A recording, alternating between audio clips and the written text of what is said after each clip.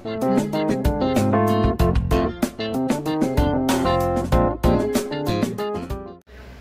microwave oven mga guys.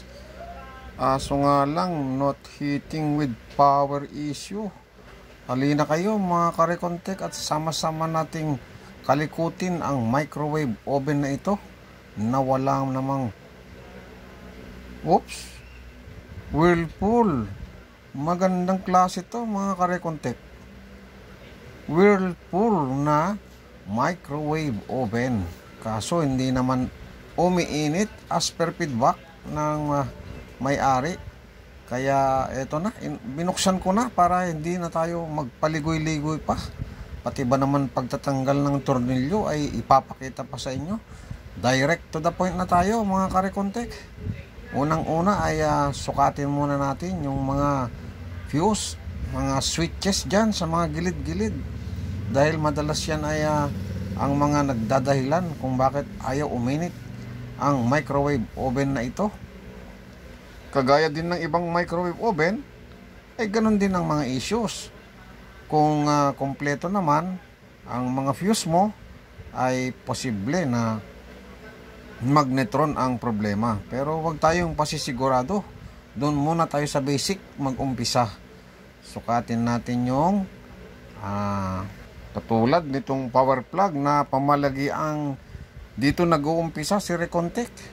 Minsan kasi napakasimpleng problema lang. Ang power cable kasi ay nagkakaroon din ng stress. Kaya minsan diyan ako nag-uumpisa as basic rule ni Recontek. So far so good. Wala naman akong nakita na problema sa power cord. So next step tayo mga karekontek. Dito naman tayo sa may capacitor na banda. I-check upin natin kung mayroon pang laman. At naka-encounter na rin ako ng namumutok ang fuse madalas dito sa power board sa ibabaw.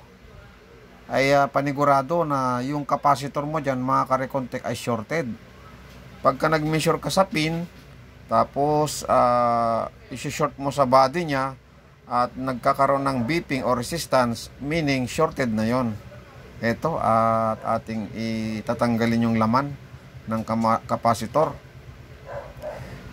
I-charge, ididikit mo lang sa body ground yung long nose mo at saka yung pin para matanggal yung laman, and then saka natin sukatin para panigurado na wala na siyang laman bago tayo kumalikot dito sa loob ng microwave oven. O ayan, tingnan nyo na lang yung response ng ating multimeter. Ay wala naman ng kalaman-laman ang capacitor na ito. Ibig sabihin na stuck na to sa may-ari, hindi na nila nagagamit. Ayan, ilagay natin sa maayos yung ating multimeter para ma-share naman natin sa inyo ng maayos-ayos. Baka sabihin nyo ay nagmemekos-mekos lang si Recontek sa inyo. So ayan. Tapos isang pin sa multimeter ay ilalagay natin sa ground ng capacitor. Ay okay naman, hindi naman siya shorted, kaya safe na tayo dito sa capacitor. Next step naman tayo mga karekontek. At hindi pa ako nakontento, inulit ko pa talaga. Mayroon namang continuity o beeping yung ating multimeter, pero pag tinouch mo sa ground, ayan, kita mo yan, tinatouch ko sa ground, naka-over limit lang tayo sa ating multimeter. Meaning, hindi tayo shorted sa body ng microwave oven. Okay? At ang pag-short naman na ginagamit ko mga karekontek ay pwedeng long nose. Itatouch mo yung dulo ng long nose doon sa connector ng high voltage capacitor at iso-short mo sa body ng microwave oven. Yan. Siyempre, gumagamit ako ng gloves for the safety purpose. Hindi ka basta-basta naka-bare hands dito mga karekontek. Kasi malakas po ang kuryente nito. Kumakarga po yan ng 400 volts. Kaya nakakakaliti po yan. Nakakamanhid ng kalingkingan kumbaga. Kaya ingat-ingat kayo mga newbie na nagsisimula pa lang na matuto. Imbes na makaipon kayo ng pera ay madisgrasya pa kayo. Okay, next.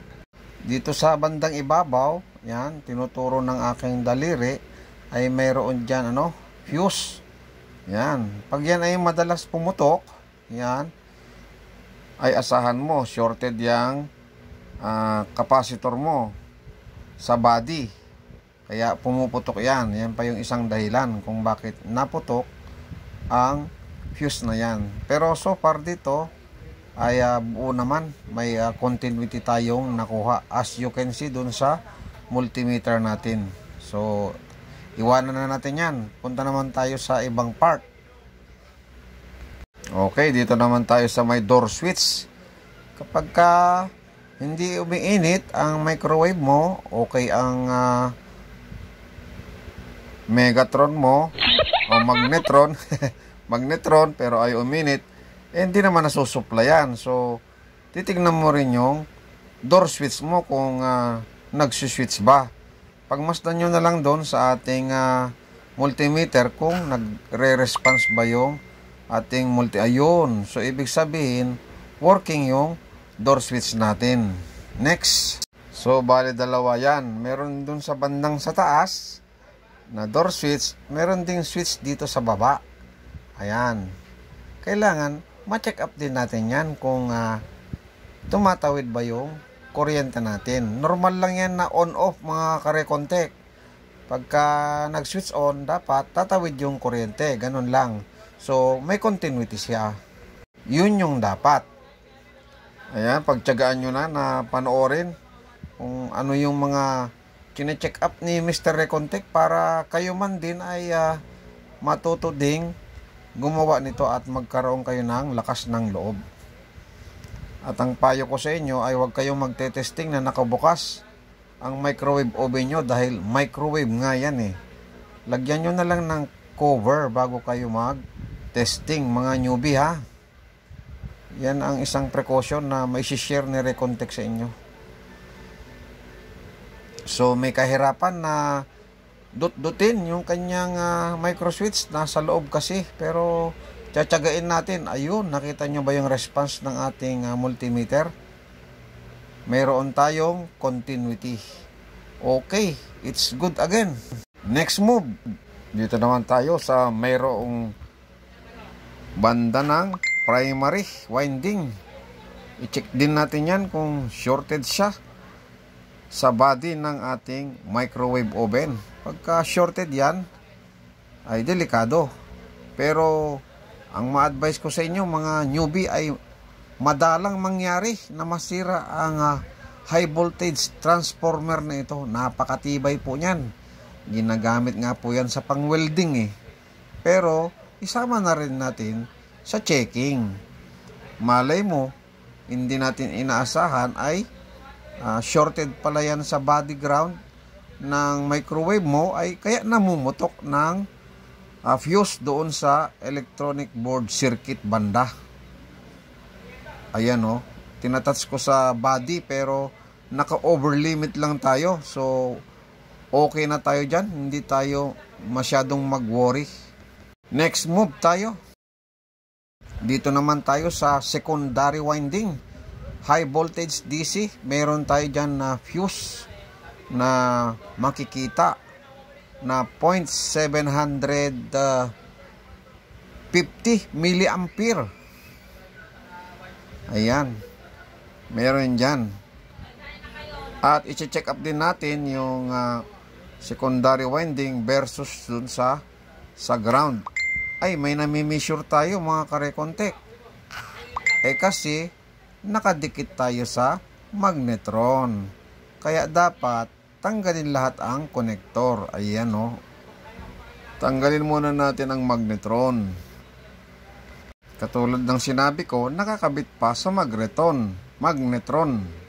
At malamang sa malamang, mga karekontek, mga newbie, ang magnetron natin ay shorted. Kaya ang microwave na ito ay ayaw mag-heat kasi nga shorted ang kanyang magnetron. At malamang ay putok din ang fuse dito, panigurado lang. Kasi shorted sa body yung magnetron. Ayan o, pangita na siya eh. Okay, baybayin na natin to mga karekontek. Ayan o, may nami-measure ako with respect to ground. Para lang maniwala kayo sa sinasabi ko. Ayan o, 76 ohms ang ating nami-measure. O ayan, kahit yung kabilang pin, subukan natin. Positive mga karekontek, shorted ang magnetron. Yan ang dahilan kung bakit pumutok ang fuse dito. Okay, yan ang papalitan natin. Gusto ko lang kasi na maniwala kayo sa akin na ang fuse dito ay pumutok din dahil sa shorted na magnetron. Ayan, bubuksan natin yung fuse case ng high voltage. Ito, yan. Meron po tayong fuse dyan na 0.750 milliampere. Ayan po. Abangan na lang ninyo mga karekontek ang ating multimeter na response. Ayan wala. Wala. Dahil wala nga. Sabihin nyo, hindi naman nakaset yung multimeter mo, Mr. Rekontek. Ayan oh, wala talaga believe me or believe it or not.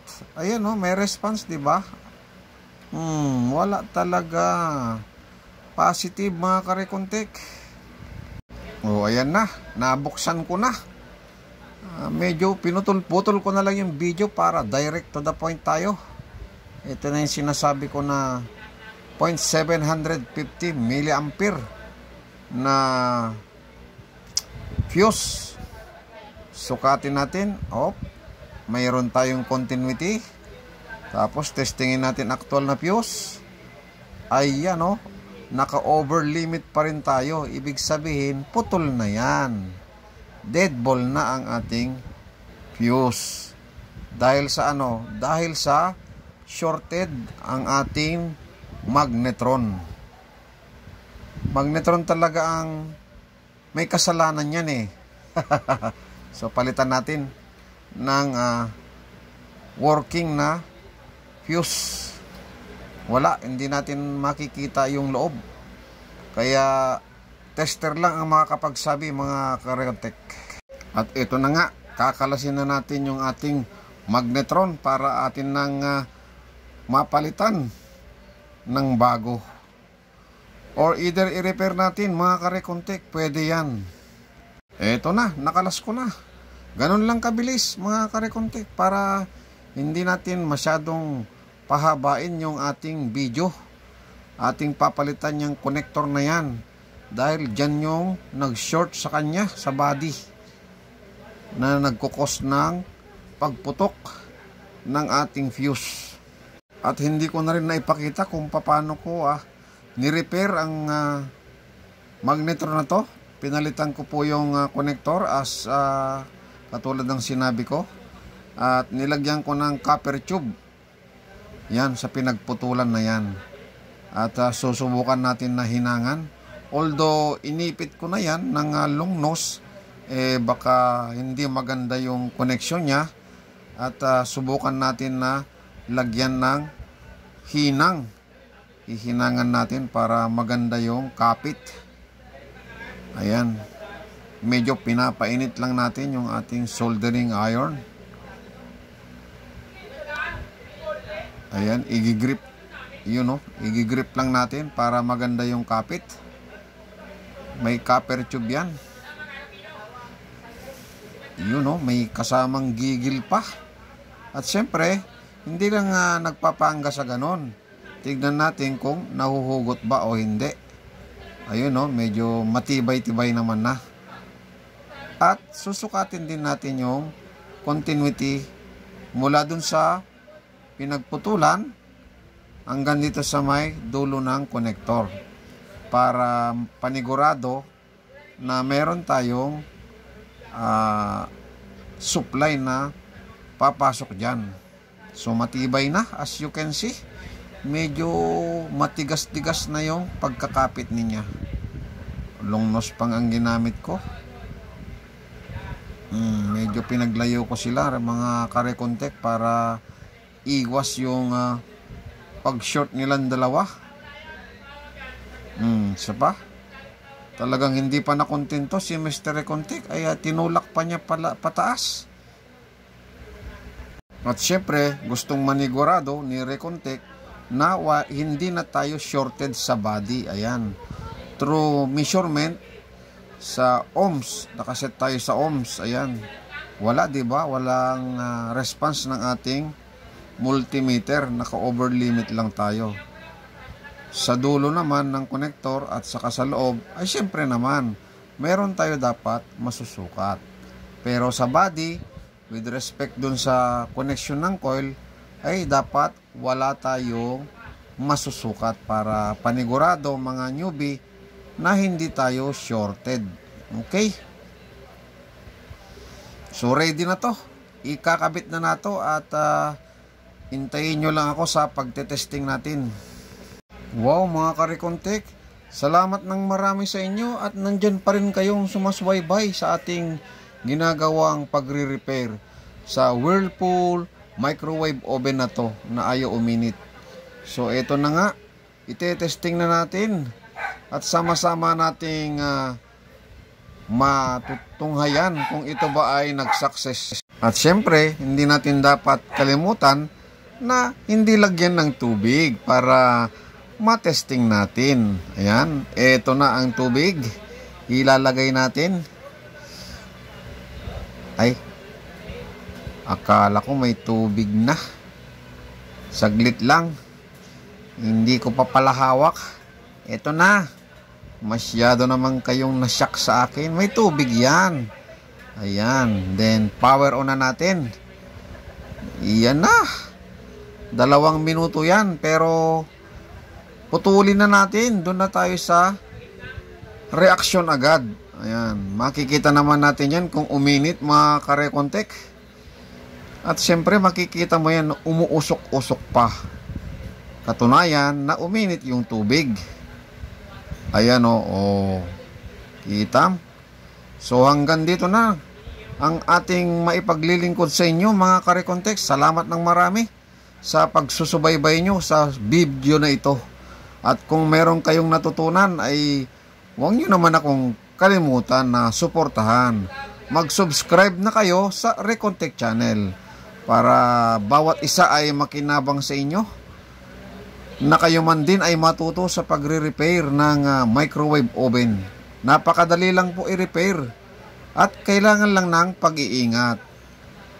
Ang pag-iingat na sinasabi ko, pag nagte-testing kayo, dapat nakasarado na yung microwave oven nyo. Lagyan nyo muna ng temporaring tornilyo ang mga cover bago kayo mag-testing. Maraming salamat and God bless everyone. Bye-bye.